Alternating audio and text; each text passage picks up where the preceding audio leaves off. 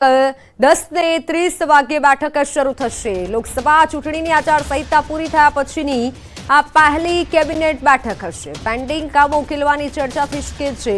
વર્તમાન સમસ્યાઓ, ગુજરાતના પરિણામો મુદ્દે પણ ચર્ચા થઈ શકે છે। ગાંધીનગરમાં કેબિનેટની બેઠક મળશે। 10:30 વાગે બેઠક શરૂ થશે। આચારસંહિતા પૂર્ણ થયા બાદ આ પહેલી બેઠક હશે। પેન્ડિંગ કામો પર આ બેઠકમાં ચર્ચા થઈ શકે છે। એટલે મહત્વના મુદ્દાઓ વિશે પણ ચર્ચા થઈ શકે છે। ગુજરાતના પરિણામો મુદ્દે પણ ચર્ચા થઈ શકે છે।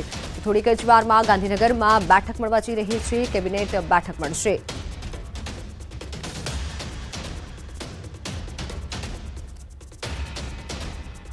સાડા 10 વાગે બેઠક શરૂ થશે। પેન્ડિંગ કામો પર આ બેઠકમાં ચર્ચા કરવામાં આવી શકે છે।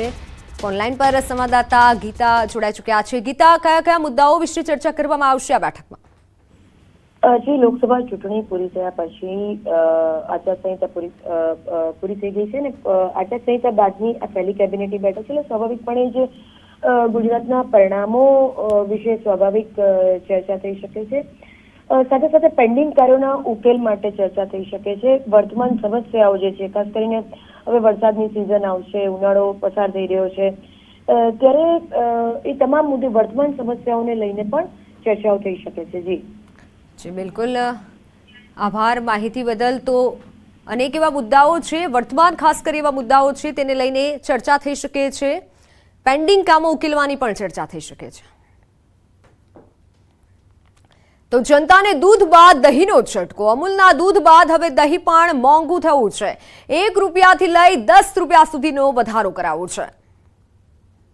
મોંઘવારીએ માજા મૂકી છે, ત્યારે જનતાને દૂધ બાદ હવે દહીંનો ઝટકો લાગ્યો છે। કેમ કે અમૂલે દૂધના ભાવમાં લીટરે 2 રૂપિયાનો વધારો કર્યા બાદ હવે મસ્તી દહીંના ભાવમાં 1 રૂપિયાથી લઈ 10 રૂપિયા સુધીનો વધારો ઝીંકાવ્યો છે। અમૂલ મસ્તી દહીં 200 ગ્રામનો જૂનો ભાવ 18 હતો અને તે હવે વધી 19 થયો છે। અમૂલ મસ્તી દહીં 400 ગ્રામનો જૂનો ભાવ 34 રૂપિયા હતો, જે વધી 35 રૂપિયા થયો છે। અમૂલ મસ્તી દહીં 1 કિલોનો ભાવ 72 હતો, તે વધી 75 થયો છે। અમૂલ મસ્તી દહીં 1 કિલો બકેટ જૂનો ભાવ 100 રૂપિયા હતા, જે વધીને 110 રૂપિયા થયા છે। અઠવાડિયા પહેલા દૂધમાં લીટરે 2 રૂપિયાનો વધારો કરાયો હતો। દૂધ બાદ દહીંના ભાવમાં પણ વધારો કરાતા ગ્રાહકો માટે મોટો ઝટકો સમાન છે। તો વડોદરાવાસીઓ સાવધાન રહેજો। તંત્રના વાંકે ઠેર ઠેર લટકી રહ્યા છે મોતના માંચડા। ગુજરાતમાં ચોમાસાના આગમનને હવે ગણતરીના કલાકો જ બાકી છે, ત્યારે વડોદરા મહાનગરપાલિકાના પ્રી મોન્સૂન કામગીરીની પોલ અહીંયા ખુલી ગઈ છે।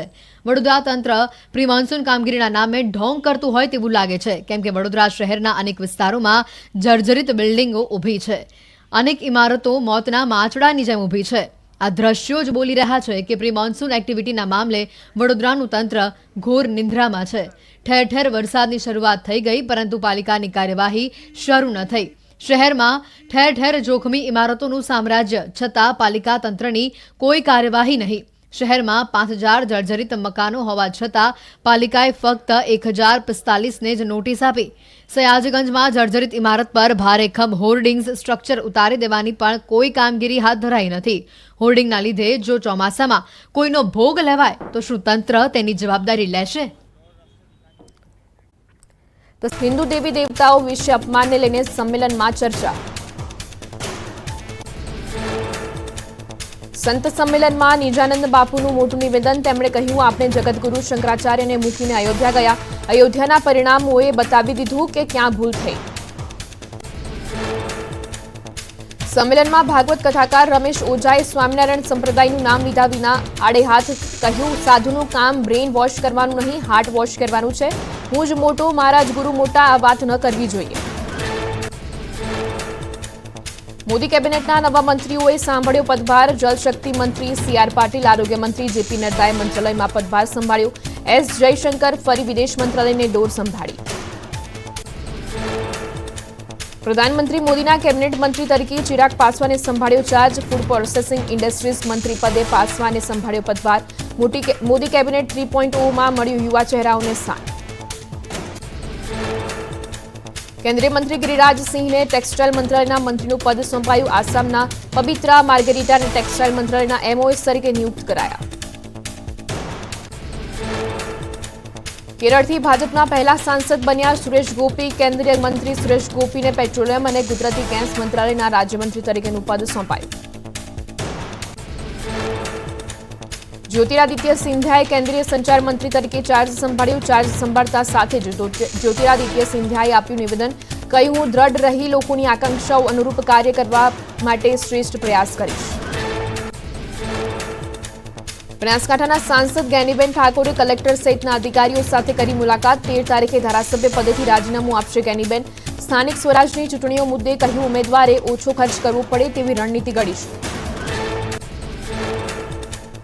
મોરબીમાં ટીંબડી ગામ પાસે આઈશર ટ્રકમાંથી શંકાસ્પદ યુરિયા ખાતરનો જથ્થો ઝડપાયો. પોલીસે 350 બોરીમાં રહેલું 16,280 કિલો યુરિયા ખાતર કબજે કરી એક ઇસમની કરી ધરપકડ. રૂપિયા 7,97,680 નો મુદ્દામાલ જપ્ત કરાયો.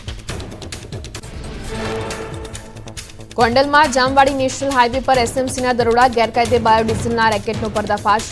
હોટલમાંથી 7,000 લીટર ડીઝલ મળ્યું. 16 લાખથી વધુના મુદ્દામાલ સાથે 3ની ધરપકડ કરી. 2 ફરાર આરોપીઓને પકડવા કવાયત. કાગવડ ખોડલધામ પાટિયા નજીક પણ ગેરકાયદેસર ચાલતા બાયોડીઝલ પંપ પર દરોડા. એસએમસીએ 25,170 લીટર બાયોડીઝલ જપ્ત કર્યું. રૂપિયા 52 લાખથી વધુના મુદ્દામાલ સાથે 6ની ધરપકડ કરી. જામનગરના વિકાસ ગૃહમાંથી 2 સગીરા ગુમ થતા મચી ચકચાર. કસ્તુરબા શ્રી વિકાસ ગૃહમાંથી 2 સગીર બાળકીઓ ગુમ થઈ હતી. જામનગર પોલીસે અપહરણની ફરિયાદ નોંધી વધુ તપાસ હાથ ધરી. ભારતીય કિસાન સંઘે સિંચાઈ માટે પાણીની માંગ કરી. મુખ્યમંત્રી ભૂપેન્દ્ર પટેલને પત્ર લખી કરાઈ પાણીની માંગ. નર્મદાના જળસ્તરમાં વધારો થતા ખેડૂતોએ સિંચાઈ માટે પાણી મળે તેવી આશા વ્યક્ત કરી. પંચમહાલમાં ભારે પવન સાથે પડેલા વરસાદે તબાહી બોલાવી. મોરવા હડફના બેજમા ગામમાં 2 મકાનની છત ઉડી. સદનસીબે પરિવારજનોનો આબાદ બચાવ. ગાંધીનગર એલસીબી અલગ અલગ ગામડાઓમાં ચોરી કરતા 2 લોકોને ઝડપી પાડ્યા. આરોપીઓ રાત્રિ સમયે ખેતરમાંથી એરંડાની ચોરી કરી અન્યત્ર વેચાણ કરતા હોવાનું સામે આવ્યું. પિકઅપ વાહન સહિત 1,10,000નો મુદ્દામાલ જપ્ત. તાલાલાના મેંગો માર્કેટમાં કેસર કેરીની સિઝન પૂર્ણ. કેરીની આવકમાં નોંધપાત્ર ઘટાડો, પરંતુ સરેરાશ ભાવોમાં વધારો. આ વર્ષે 5,96,700 કેસર કેરીના બોક્સની આવક નોંધાઈ. અમેરિકા, દુબઈ સહિત અનેક દેશોમાં 500 ટનથી વધુ કેસર કેરી એક્સપોર્ટ કરાઈ. અમૂલ દૂધ બાદ દહીંના ભાવમાં નજીવો વધારો કર્યો. 200 અને 400 ગ્રામ અમૂલ મસ્તી દહીંના ભાવમાં ₹1નો વધારો. 1 કિલોના અમૂલ મસ્તી દહીંના ભાવમાં ₹3નો વધારો. અમૂલ મસ્તી દહીંના 1 કિલો બકેટમાં ₹10નો વધારો. અમદાવાદમાં બીજે મેડિકલ કોલેજમાં કોન્સર્ટથી સિવિલના દર્દીઓ થયા પરેશાન. સાયલેન્ટ ઝોનમાં યોજાયો હતો શંકર મહાદેવનો કોન્સર્ટ. ઘોંઘાટને કારણે દર્દીઓને પડી હાલાકી. સાયલેન્ટ ઝોનમાં કરાયું હતું કોન્સર્ટનું આયોજન. રાજકોટ ટીઆરપી ગેમ ઝોનમાં અગ્નિકાંડને લઈને ચાલી રહી છે તલસ્પર્શી તપાસ. એસઆઈટીના વડા સુભાષ દ્વિવેદીએ આપ્યું નિવેદન. કહ્યું, દોષિત દંડાય અને નિર્દોષ ભોગ ના બને તે માટે રખાઈ રહી છે કાળજી. સમગ્ર ઘટના અંગે અનેક લોકોની પૂછપરછ કરાઈ. રાજકોટમાં ફાયર સેફટીની કાર્યવાહી બાદ મનપા કચેરી પર હોબાળો. શાળા સંચાલકોએ મનપા કચેરી પર કર્યું વિરોધ પ્રદર્શન. ફાયર એનઓસીને લઈને અલગ અલગ મિલકતો સીલ કરાતા કરાયો વિરોધ. ફાયર એનઓસી માટે શાળાઓએ માંગી મુદત. રાજકોટ અગ્નિકાંડ બાદ અમદાવાદ તંત્ર એક્શનમાં. શાળા કોલેજમાં કોર્પોરેશનના આદેશનું પાલન. ફાયર સેફટી અને બીયુ બાબતે ડિસ્પ્લે બોર્ડ મૂકવામાં આવ્યા. બિલ્ડિંગની વિગતો, સ્ટ્રક્ચરલ સર્ટી અને ફાયર એનઓસી બાબતે જાણકારી મુકાઈ. સુરતની સ્મીમેરનો રેસિડેન્ટ ડોક્ટર હોસ્ટેલમાં થાઈ ગલ્લા આવ્યો. યુવતીને લાફો મારતા પોલીસ સુધી પહોંચી વાત. વિદેશી યુવતીને હોસ્ટેલમાં બોલાવીને સર્જાયેલા હંગામાની તપાસ કોલેજ પ્રશાસને શરૂ કરાવી. તપાસ કમિટીને ઘટનામાં સંબંધિતોના નિવેદનો મેળવી 1 જ દિવસમાં રિપોર્ટ સબમિટ કરવા આદેશ કરાયો. તપાસ કમિટી દ્વારા રિપોર્ટ કરાઈ રહ્યો છે તૈયાર. સંભવત જવાબદાર ડોક્ટરો સામે શિક્ષાત્મક પગલાં લેવાઈ શકે. 2,000 કરોડની જમીનનો ઓર્ડર કરનાર વલસાડના collector Ayush Oak suspend. Surat collector પદે બદલીના આગલા દિવસે કર્યો હતો જમીન કેસમાં ઓર્ડર. સુરતમાં ડુમસની કરોડોની જમીન કૌભાંડ મામલે તપાસની માંગ. કોંગ્રેસ નેતા દર્શન નાયકે કલેક્ટર જમીન કૌભાંડ મામલે તપાસની માંગ કરી. સમગ્ર મામલે એસીબી દ્વારા તપાસ થવી જોઈએ. દર્શન નાયકે કહ્યું, જમીન સાથે સંકળાયેલા લોકોની તપાસ થવી જોઈએ. કલેક્ટરની મિલકતની પણ તપાસ કરવા માંગ કરી. 10,000 હેક્ટર જમીન પર ગેરકાયદે દબાણ હોવાની કરી વાત.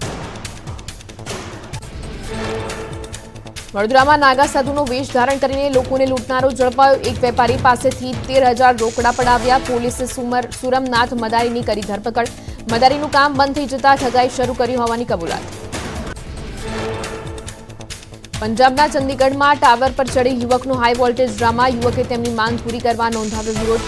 પંજાબ સરકાર પાસે પોતાની માંગની રજૂઆત કરવા ટેલિકોમ ટાવર પર ચડ્યો યુવક.